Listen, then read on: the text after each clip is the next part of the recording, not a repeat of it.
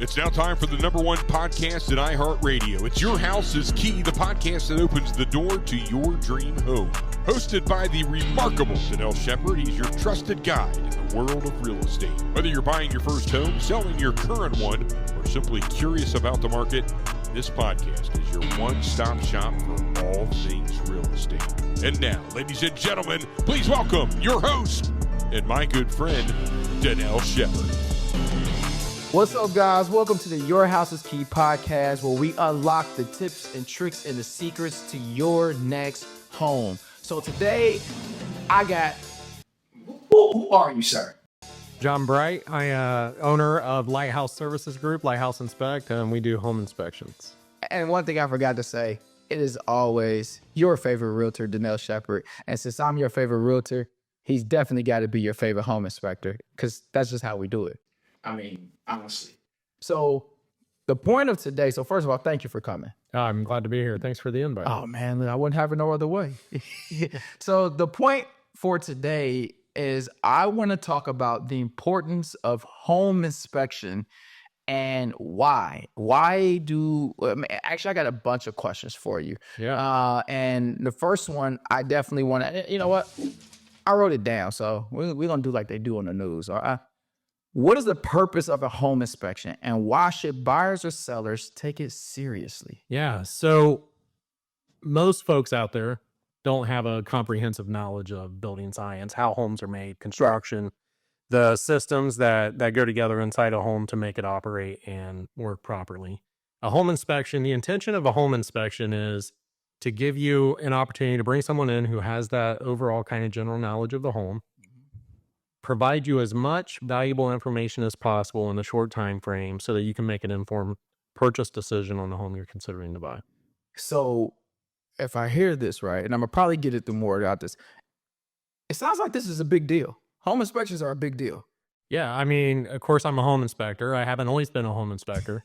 I would never recommend buying a home without someone going through and looking at it. There's just so many things that little signs that can indicate larger problems that aren't readily visible at the walkthrough with your real estate agent. Or all right, okay, so all right, so let's get going. So the next question I got for you: what are the top red flags you often see during a home inspection, and how should they? Because not every red flag deserves the same type of response. Yeah. So how would you respond to certain red flags that you may mention? Yeah, I love this question because... Did I stump you? No, you didn't stump me. I love this question because I always try to make sure our clients are well informed on this. So red flags, I think for most people, when they're considering buying a home, a red flag, they're automatically thinking, how much does that cost me? Okay. So there are plenty. Let me say it this way. 99% of anything we find in a home inspection can be fixed. Ooh, 99%. So you mean to tell me, and again, if I bring this up, Lois, the price of the home inspection is a great value based off the findings you will find in the inspection itself versus later costs trying to get a repair. Sure. If a client's working with a qualified real estate agent, that agent is going to be able to help our clients with that negotiation piece. Correct. And it all depends on where you're at in the stage, what the market's like, it's buyer market, seller's market, what can hit the negotiation table. What the home inspection is going to give you is a lot of information for you to decide, is this something that, A, I'm going to have the money for the maintenance or the repairs on this place? Okay. B, do I have the patience to go through that? Like, do I want something that's ready to go I don't have to worry about for a while? Okay. Or am I looking for something I want to come in here and get some elbow grease into it and make it mine?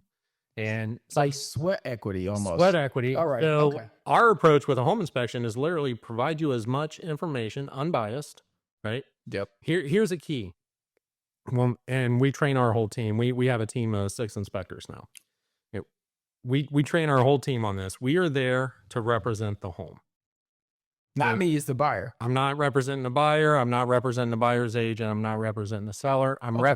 My report, when I publish it, is a representation of the home. Because you got a license that you have to protect. Yeah. This is how you feed your family. Yeah. So, and I have no goals with that other than to convey what the home is presented in the home inspection. So there's a level of integrity that must go along with this. Yeah. I'm here not just for this one inspection, but for you to call me down the road because the information I provided you, right, is something you can now lean on and trust and call me forever. That's correct. So a home inspection, it's important to know it's a visual inspection of the property at the time of the inspection. Yeah. So the water heater started leaking. It didn't start leaking until the moment it started leaking. So You didn't show me that in the inspection. Well, right. It wasn't leaking. So we do the best we can visually. It's not a technically exhaustive inspection. If you brought in a roofer, a plumber, an electrician, an HVAC person, all to do technically exhaustive inspections of the home before you purchase it, you're going to spend many thousands of dollars on that. So really what this is a market fit.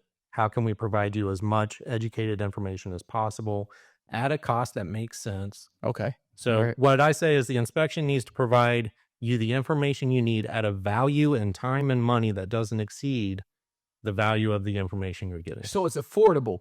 Correct. Oh, man, listen. That's why you don't skip them. It's affordable and you get all this information. So here's the thing. So another question that was raised, are there specific parts of a home you focus on more than others during inspection? And if so, why? I don't think I would ever say I focus on one part more than the other. So we approach our inspections very holistically. All right. And here's what I'll tell you. When I'm walking out, my guys are walking around the outside of the house. We usually start with the side exterior roof. And then work your way in. And then we work our way in. Okay. I can walk up to a house and I see on the trim on the corner of the house is starting to come out and separate, get pushed out. Mm-hmm. Something's triggering my brain already. Okay, I want to look in the attic for there, but we may have some foundation settlement in this corner because I'm seeing signs of movement. So clues build on each other. So I had well, I'll let you finish. Go ahead. Just saying that the way our homes are constructed, they are systems inside of systems, and it all works together. Okay. So if I said, hey, just come in and look at the attic, I can do that. I can certainly come and just do an attic inspection for you. Right. But we may be missing a lot of context and clues in other areas. Okay. So what's outside of the house, for some reason I'm drawing a blank. It always splits, and that's probably what you were talking about. What is that called? And it normally makes the triangle right there at the foundation, where the house meets the foundation. Is that something as a buyer I will always freak out about? Or if it's on all four corners of the house, then the house settled properly? Like, how do you look at things like that? I think you're talking about what we call corner pops. Boom. Corner pops, we typically see them on brick and masonry homes. Okay. And at the corner, you see the corner of the foundation, concrete foundation pops off. You got a big crack there. Yep. Typically not a super big concern. They're super common. That corner is bearing so much more load than the rest of that wall going down the side. So it's just about weight bearing on the corner, pops that thing off. Usually a cosmetic concern. You can get a concrete guy to come up and patch it and square it back up for you. All right. I like that. I like to hear that. Listen, we still got questions, but I just want you to guys, if you're paying attention, this is important. Where I'm sitting, any house I've ever had, I will never go without inspection. First of all, I'm calling this guy because I trust him and I love what you do. And when he says I'm telling you right now, with PDFs, everything else, it's still a 60-page report. Yeah. Oh, yeah. It's still but it's 60 pages of knowledge. Yeah. A honey to-do list, or hey, let's walk away because it's not worth it in the long run. So just wanted to let you know that. Again, I'm going to keep harping on it this whole segment. Inspections are important, but let's see what other questions we got. I just want to jump in on that real quick. So one of our favorite questions we get from clients in a home inspection is, would you buy this house? Ooh, man, I was going to get there. And the answer is no, because I'm not looking for a house right now. Yeah, I like the house. Or the answer is no, because I have a wife and 4 children and it's not big enough for my family. The answer is never going to be yes or no, because I'm trying to advise you on what to do. I don't know what your tolerance is, what your budget is, and back to almost everything can be fixed. Correct. So our delivery and our report is not an emotional delivery. We're not trying to say, oh man, this is kind of scary. It's just really an objective, unbiased look because, like I said, most stuff can be corrected. Yeah, that's true. Because even in your report, you even have to tell whether or not a light bulb is something as small as a light bulb is burnt out and need to be replaced. Yeah, so that's something we have to balance a little bit. We have a lot of real estate agents that partner with us and refer clients our way, which we're super appreciative of. It's really a big part of our business, that relationship with real estate agents in the area. Most of those agents are like, just tell me the big stuff. And but really where I'm at is I'm serving a client who's going to come and move into this home, and I want my report to be a tool they can use even long after the real estate transaction. Correct. So we do things where we create summaries in a report where we're trying to highlight, like, here's some of the bigger ticket items that may be more relevant for the real estate transaction. Right. But here's all this other stuff that you want to know. Start in orange and red. Trust me. If there's a lot of orange and red, you got some red. Yeah, we're telling you the age of the mechanicals in the home. We're telling you, hey, maintenance tips, like you want to get someone up here once a year to seal these nails up on the roof. So we're giving you a lot of information. And one thing we always say is we're not just your home inspector today. If this was a visual assessment, there may be things concealed behind walls and stuff we couldn't see. If you ever open a wall up, if you ever do a renovation, and you're like, hey, I don't know what I'm looking at here, give us a call. We're happy to consult you on it. Should they call you before they do that, though? Before they knock the wall out? Nah. Okay. Make the mess, then call me. Hopefully they're working with qualified contractors if they're not prepared to do it themselves. Sorry about that one. All right, so how does the age of the home, so first of all, how does the age of the home impact what you're looking at during an inspection, or does it at all? It does. And this is a great question. So we're actually working, we provide CE courses for real estate agents in Ohio. Okay. And for the last couple years, I've had one course, which is like defects in new home construction. Because a lot of folks are like, oh, new homes, it's brand new. Not perfect. Yeah. Oh, I got some scary stories with new homes. This year we have a menu of 12 courses. And one of those courses is what we call defects through the decades. And so if I'm looking at a house from the 50s or 60s, I'm automatically walking in. I'm going to expect, hey, there may be some cloth covered, ungrounded wiring throughout the home. There may be a lot of asbestos products. I'm going to look around ductwork. I'm going to look in the attic. So there are building materials that have evolved throughout the ages that we use in our home. They were the next best thing when they were installed and used, and we've learned more about them since.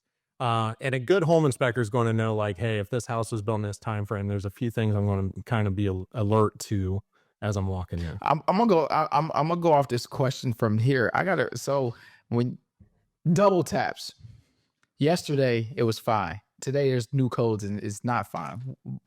Why? That actually is what I would call a more significant issue. Here's the thing: there are a handful of breakers out there. So let's tell the audience what a double. What is a double tap?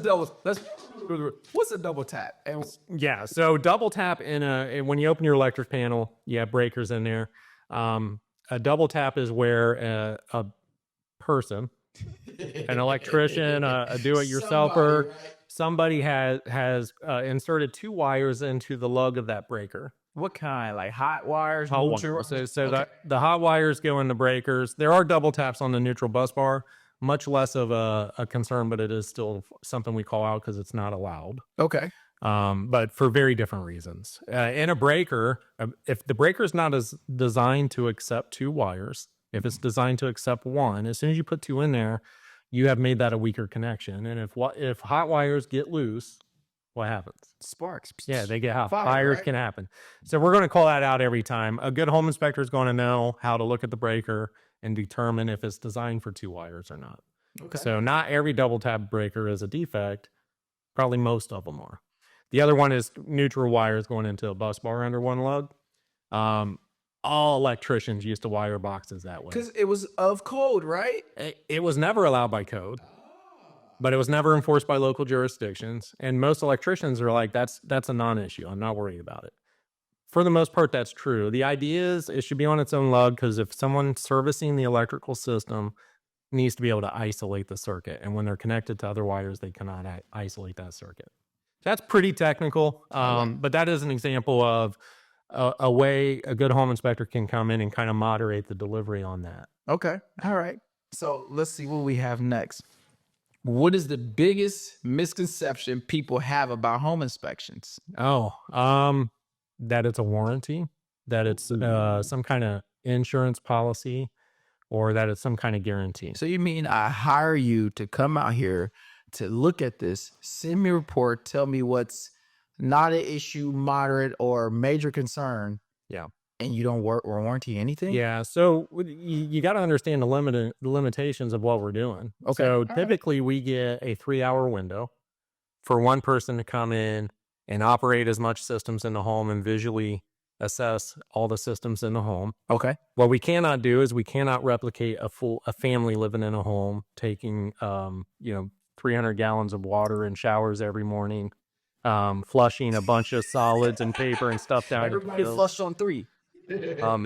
What I said earlier, things are fine until the moment they break. Like that happens. Correct. We try to educate our clients that home ownership is going to require maintenance and money. That's going to be an ongoing thing. So the best thing you can do is get educated on it for the preventative maintenance. Okay. So someone calls me later and says, hey, a bunch of shingles just blew off my roof. What are you going to do about it? And I'm like, well, I'm going to refer you to some good roofers.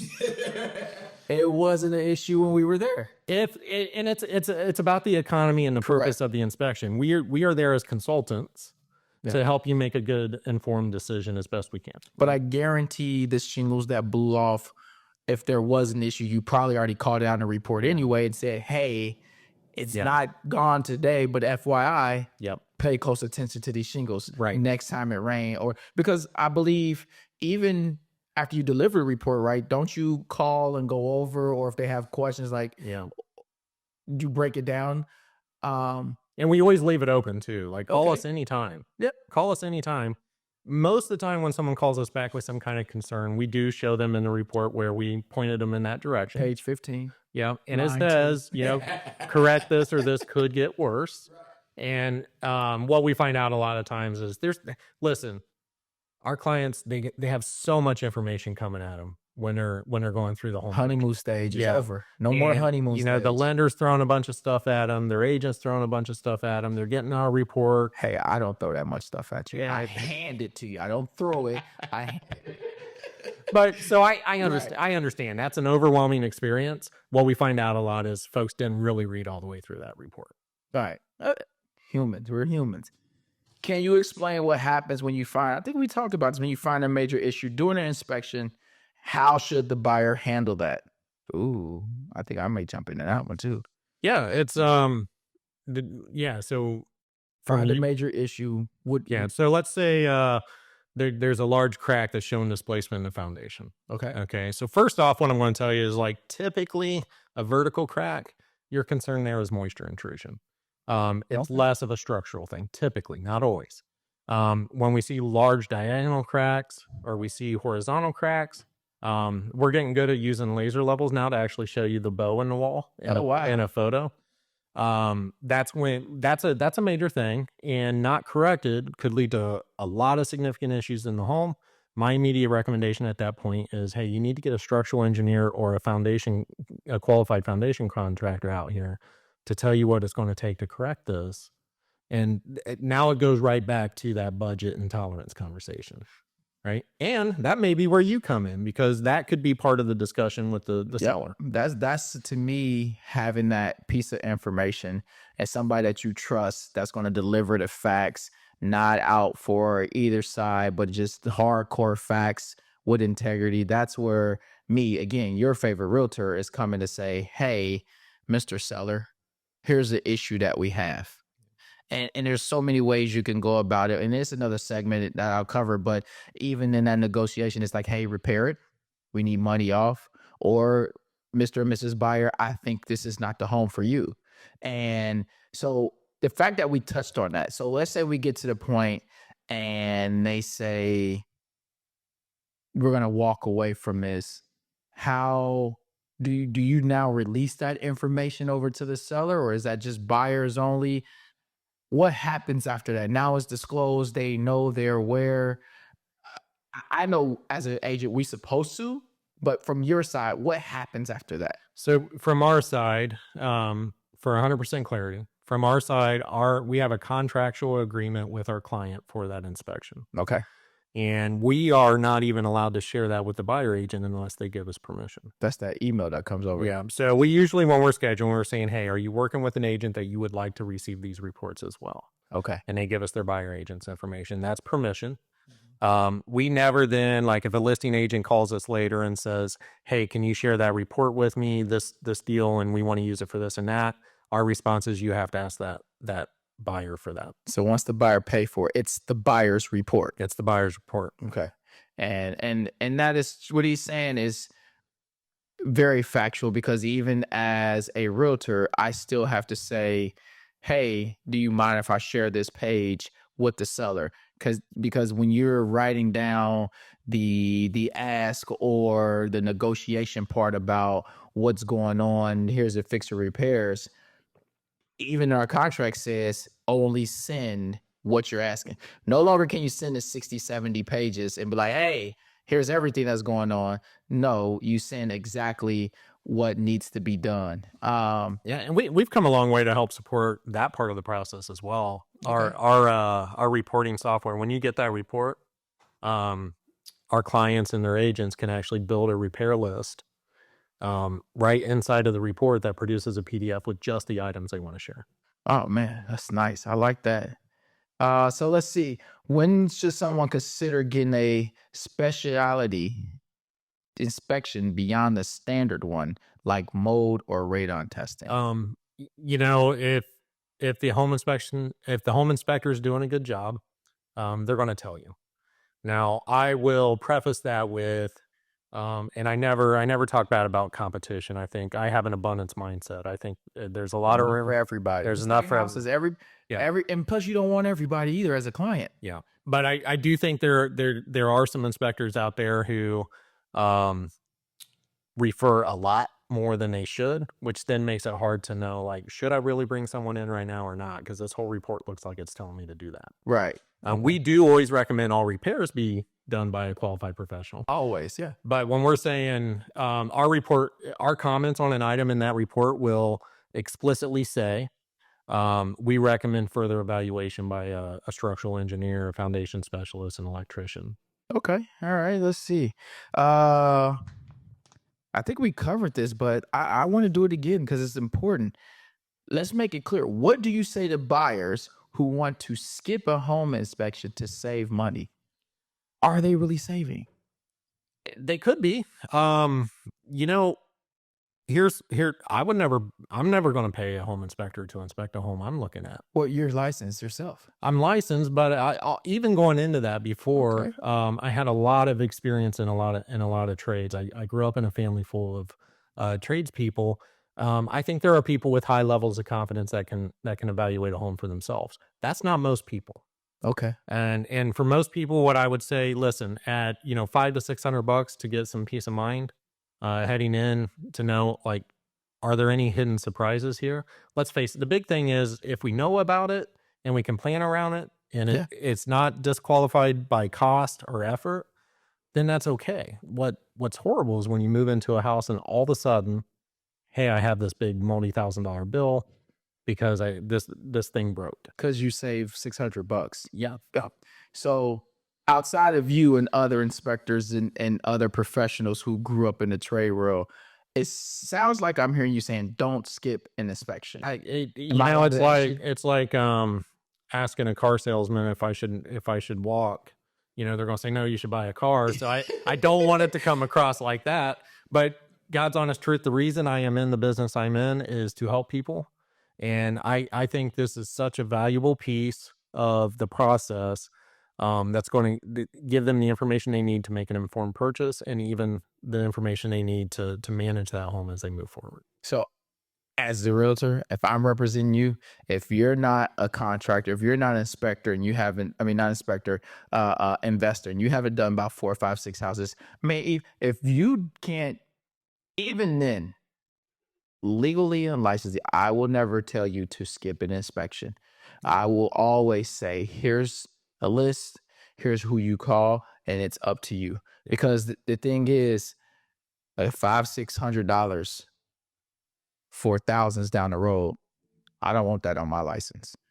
I don't think you should. It was an era in real estate where everybody in the world, skipped inspections, and they said 90% of those people regret their purchase because they skipped the time with a professional.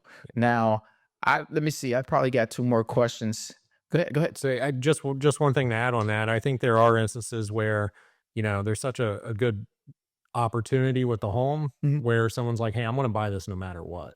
Correct. We do offer a post-purchase inspection. I like to hear that's an opportunity for a client to say, hey, I knew I was going to buy it no matter what came up, but now I do want to get some more information about the current shape it's in and what are the things I need to prioritize, and we can come in and do that post-purchase as well. So I'm glad you talked about what you offer, because another question is, do you offer or I don't know if you can answer this part, recommend pre-listing inspections? Yeah. We do. We offer pre-listing inspections, and we have a number of folks that work with us on those each year. It's a small percentage of what we do overall. Another thing we offer is just a pre-listing consultation. Okay. So there's some, hey, if I get a report, now I'm into this gray area on what I need to disclose. It's always disclosed and I know it. Yeah. So we offer it. There's other trades and stuff that will offer it where we can come through and just give you a list of items that you should probably address before you put the home up. All right. So I got another one. What is your favorite tool you like to use? Oh, wow.